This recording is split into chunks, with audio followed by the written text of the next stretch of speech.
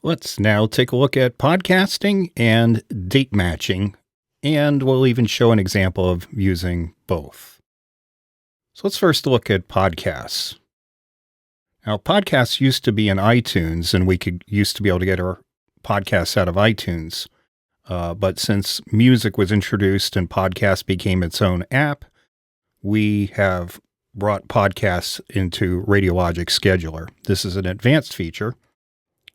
So we're going to add a podcast down here, and I'm going to look for the history guy. He has a YouTube channel as well, but let's get his podcast. So I'm searching for it at podcast.com. And what's nice about this is you can get the RSS feeds from this directory. A lot of outlets that are doing podcasts, such as Spotify and Apple, are hiding the RSS feeds because they want to be the gateways for these. So, but here you can get it here. I can just click this and copy this address, not the image, but the actual copy link. There it is. And then come back to Scheduler and paste that in there. Do get. And sometimes this will work, sometimes it may not work because there may be a redirect. There it goes. It got redirected and found it. If it doesn't work, sometimes you will have to look a little bit deeper. So if I actually click on this RSS link, we're going to find it goes to a different site, which is this URL. If I were to copy this URL and go back to Scheduler and put this in here and do get, I should get the same thing. So we can take a look at the episodes here. It's already downloaded the first episode because in the settings, we have it always download the top one, and we check for update 5 minutes before scheduling, but you can check at different intervals here. We have set here to archive any episode audio files no longer published in the feed. Normally, I'm going to actually say to delete those. And down here, we can see the selected episodes. So if we use the podcast command, this is the episode that will be selected. It's marked in green here as well. But let's say we don't want episodes that go over an hour because our segment's about an hour. Maybe an hour and 3 and 44 is too much. So let's just limit to duration with select first with plays less than, doesn't matter. Maybe we can set that to we don't want to play it more than, one time. With duration greater than, let's look at some of these durations. They're all going to be good enough. But duration less than, we'll say 60. Now, when I do this, it selects the next episode down that is under an hour. And now it's going to have to download that episode. So we'll wait for that. And as you can see, the selected episode is not here. It'll get around to that. In the meantime, let's go over to, actually you can see it's downloading right now. Go over to the programs and let's create a new program for this. Hit the plus button. We'll have the history guy here. And we're going to have him run, on Mondays at 9 a.m. We'll look on the week view. There he is. 60-minute program. That sounds good. Let's go to the script. In the script, we'll start off with a time command. And then we'll add a pick of our station ID. And for the station ID, we'll do random, unique, and station ID. And then we'll add a podcast command. And then whatever podcasts we have in the podcast section will appear in this menu here. So we pick the history guy. And that's that. And just in case it runs a little bit short, let's fill it with some music. So we'll do a fill. And we'll pick, fill music. We'll take fill music all. So we'll fill that random unique, RUAH for that, and we will fill it to the top of the hour, which in this case will be 10 o'clock. So let's give this a try. We'll go over here. We'll just do a manual. Actually, let's do this as an interrupt. That way we can see the exact time.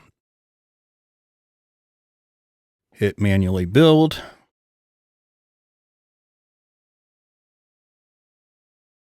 And let's take a look at what it produced in DJ. And the result is we have our time announcement, we have our station ID, and we have the podcast here. So what I'm going to do here is actually play through this. Turn auto on.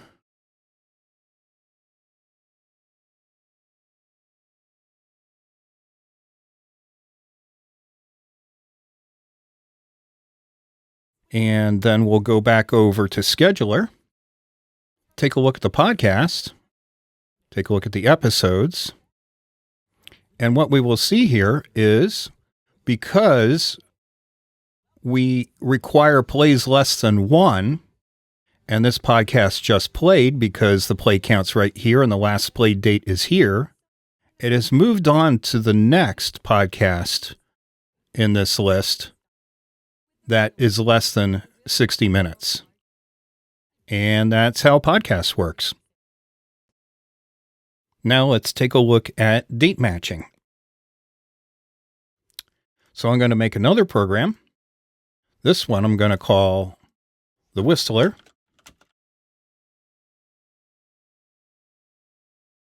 And I'm going to make this Mondays at 10 a.m. And it's going to be we'll do a 60-minute program. In here, again, we'll do a time announcement. We'll do a pick of station IDs.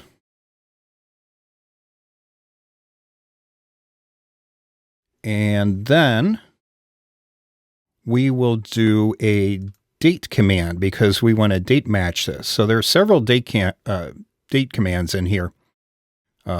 Each one is described. If you select it, you can see the description of it, how it works here. So this regular date command matches today's date, but it doesn't matter what year it is. If you do date equals, then it has to match this year.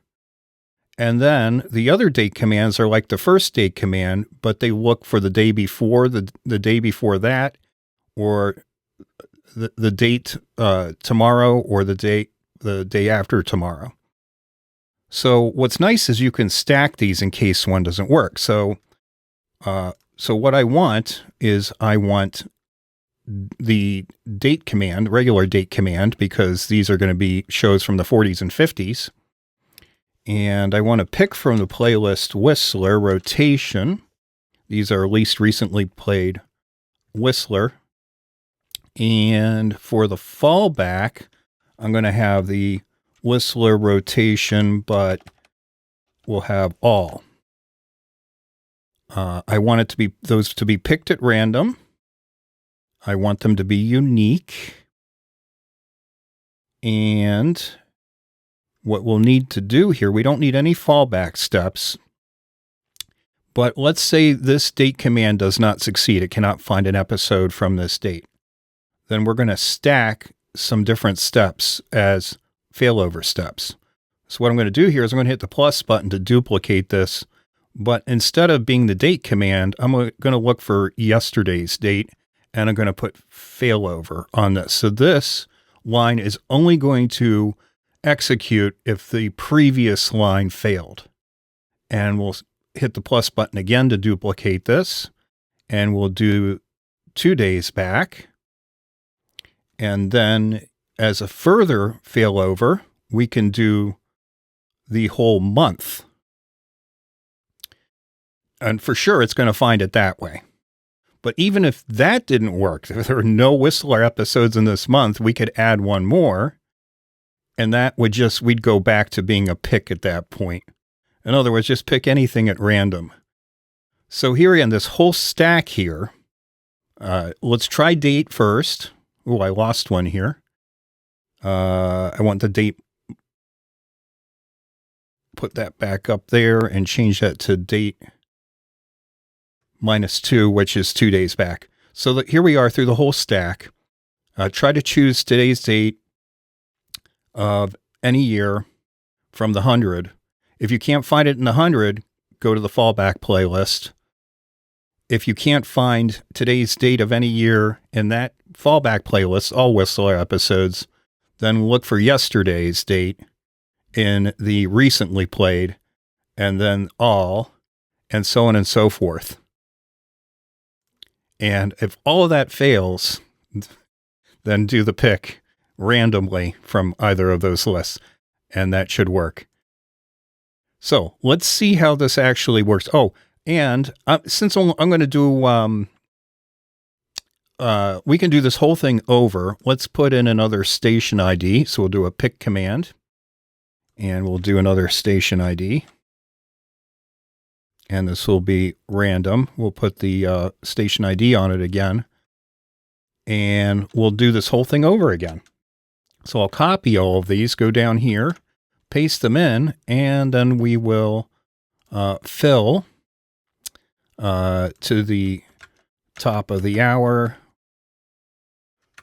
with fill music. And we'll do fill music. I think there's an all here. Yep. And we'll do random, unique, all separations hour. There we go. Let's give this a try. So, I want to have an interrupt for the time. And we'll give it a try and see what we end up with in DJ.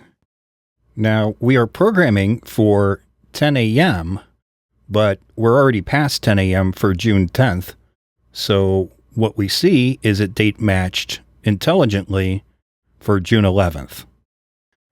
So this is 10 a.m. tomorrow is what this is scheduled for. So yes, it found date matches. June 11th, 1944 here, and June 11th, 1950 here. So that is date matching.